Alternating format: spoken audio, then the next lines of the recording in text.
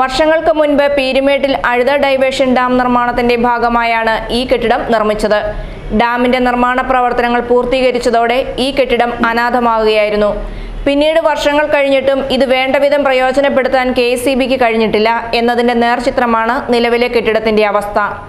ദേശീയപാതയോരത്ത് പീരുമേട് ടൗണിന് സമീപം സൗകര്യങ്ങളോടെയുള്ള ഈ കെട്ടിടം KSEBയുടെ മറ്റാവശ്യങ്ങൾക്കായി പ്രയോജനപ്പെടുത്തണമെന്ന ആവശ്യം നാളുകളായി വിവിധ കോണുകളിൽ നിന്ന് ഉയരുന്നുണ്ട്.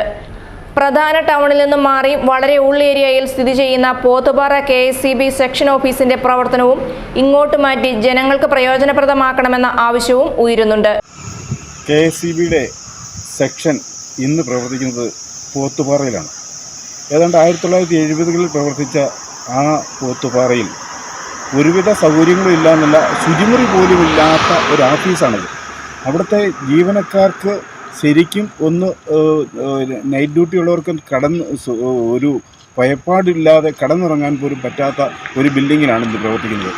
വളരെ ഗുണകരമായ ഒരു കെട്ടിടം ഇവിടെ KSEBക്കുണ്ട്. KSEB ഇവിടെ അഴുത ഡൈവേർഷൻ സ്കീമിന് വേണ്ടി നിർമ്മിച്ച ഈ കെട്ടിടം ഇപ്പോഴും നല്ല കെട്ടിടമാണ്.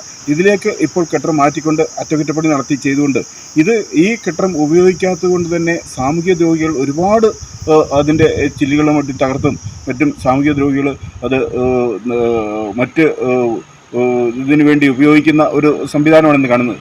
നിലവിൽ ഈ കെട്ടിടം കാട് പിടിച്ച് നാശത്തിന്റെ വക്കിലാണ്. കാട് മൂടപ്പെട്ട് കിടക്കുന്നതിനാൽ സാമൂഹ്യ വിരുദ്ധരുടെ താവളവുമായി ഇവിടെ മാറിക്കഴിഞ്ഞു.